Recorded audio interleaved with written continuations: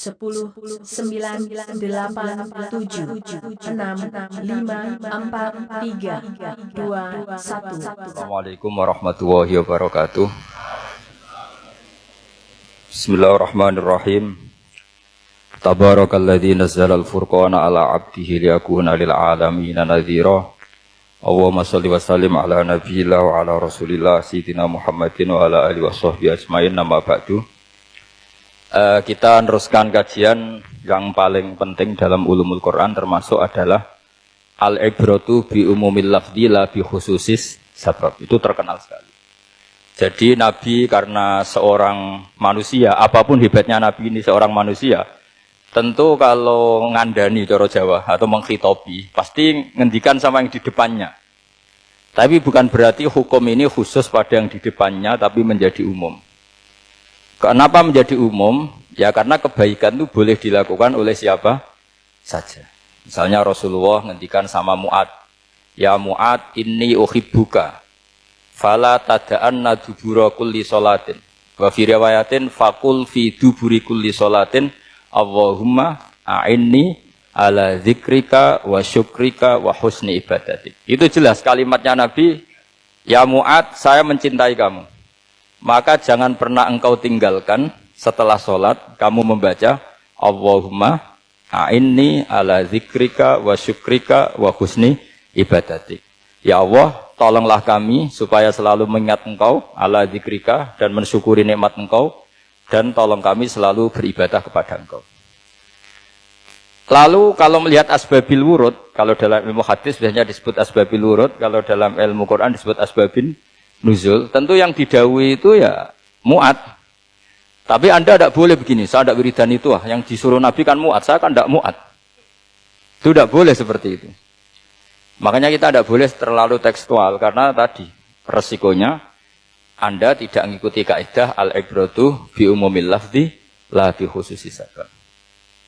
Sebab itu saya tadi di kantor rektorat ya Pak Ondas ya, bilang nanti untuk kajian yang di kantor rektorat pakai kitab Syajaratul Ma'arif, karena kitab itu juga yang sekarang dalam proses penerjemahan saya dengan Pak Quraisyab di PSG, yang di sini pakai kitab Itqan. Nanti mulai bulan depan, karena saya dipaksa untuk meneruskan.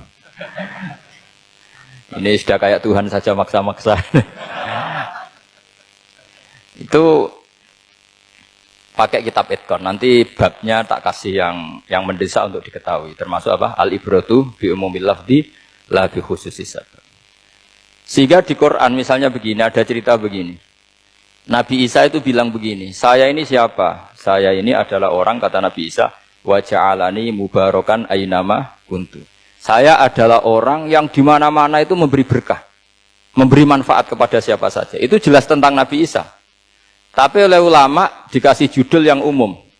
Babu nafil ibad bikullil bilad.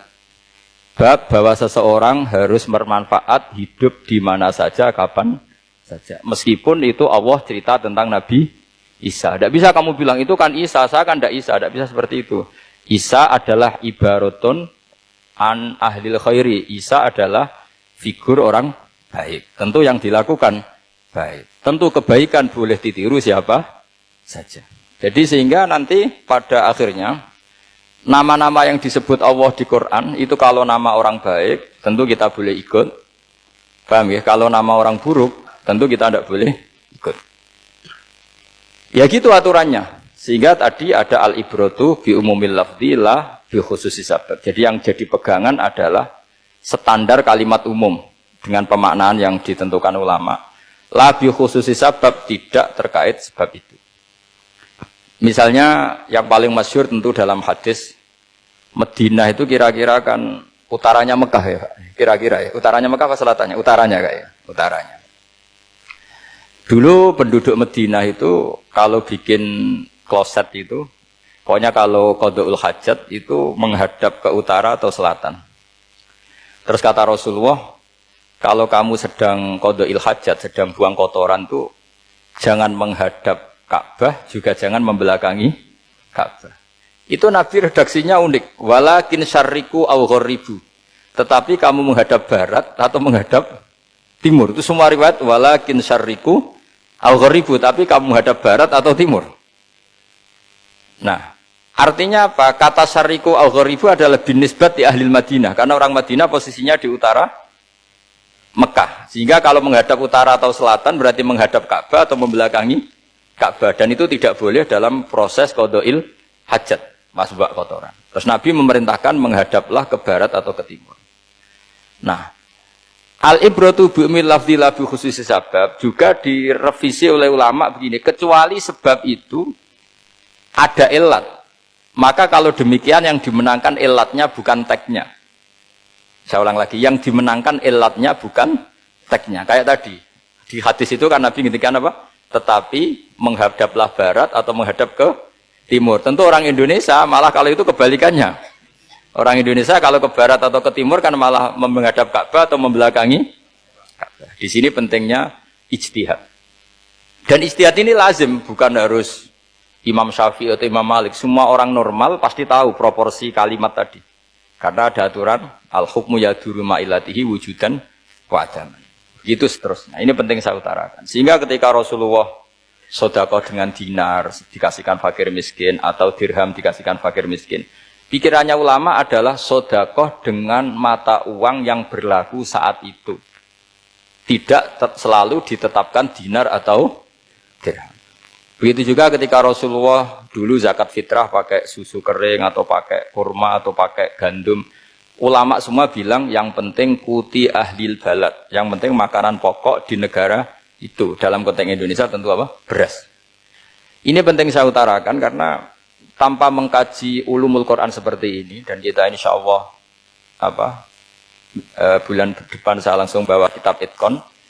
Di situ ada beberapa contoh. Harus seperti itu.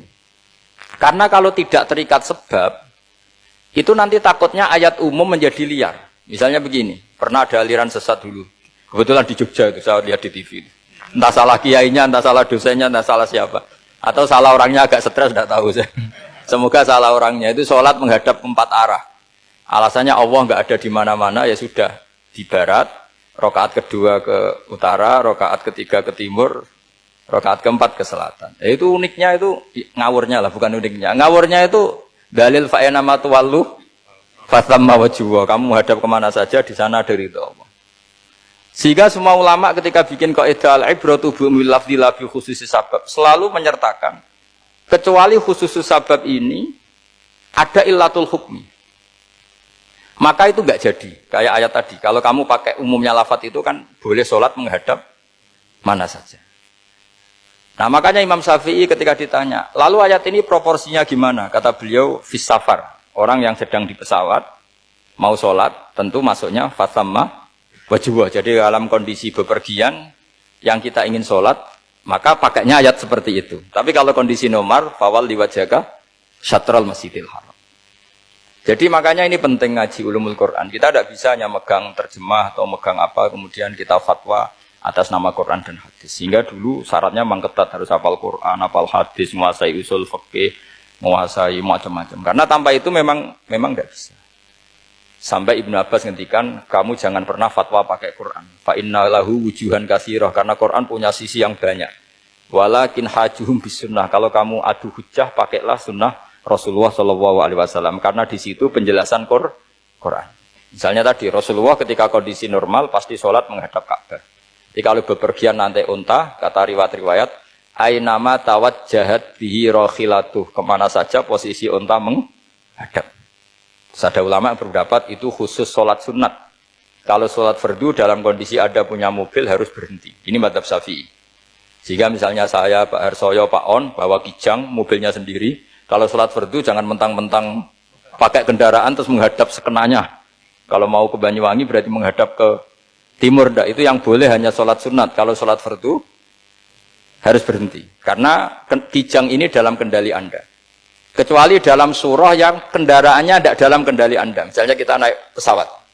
Jadi harus dibedakan. Jangan mentang-mentang Nabi sholat di unta kemana saja menghadap. Tapi konteksnya kan unta ini, cara berpikir unta ini dalam kendali Nabi. Tapi kalau pesawat kan tidak. Jelas ya? Jadi makanya ini pentingnya proporsional. Jadi kalau kita naik kijang misalnya mau ke Banyuwangi, kalau waktu duhur ingin sholat ya harus berhenti. Karena yang aina matawajjahat bihi rakhilatuh, kemana saja kendaraan membawa kita, itu dalam konteks sholat apa? Sunnah. Jadi ini pentingnya ulama. Ini yang dikatakan al-ulama warasatul apa? Anbiya. Karena sanad ini musalsal, terurut sampai Rasulullah SAW. Terus ada lagi ayat umum yang akhirnya jadi judul umum. Misalnya begini. Kita tahu cerita Nabi Khidir, di antara ceritanya ada satu kampung itu pelit. Makanya orang pelit itu wajib didendami. Karena Nabi pun itu baik-baiknya orang. Kalau sama orang pelit tetap dendam. Karena buruk-buruknya orang itu orang pelit. Tahu kan alamatnya orang pelit? Qoribun minan nar, ya dekat-dekat neraka itu. Karena al-bakhil qoribun minan nar, ba'idun minal jannah. Jadi kalau sama tanya alamatnya ya dekat-dekat neraka. Singkat cerita, Nabi Musa dan Nabi Khidir itu kecapean sekali masuk satu kampung. Karena saking kecapean, lapar, minta kampung itu menyediakan makanan. Istatama itu mereka minta makan, saking laparnya, karena di perjalanan yang melelahkan.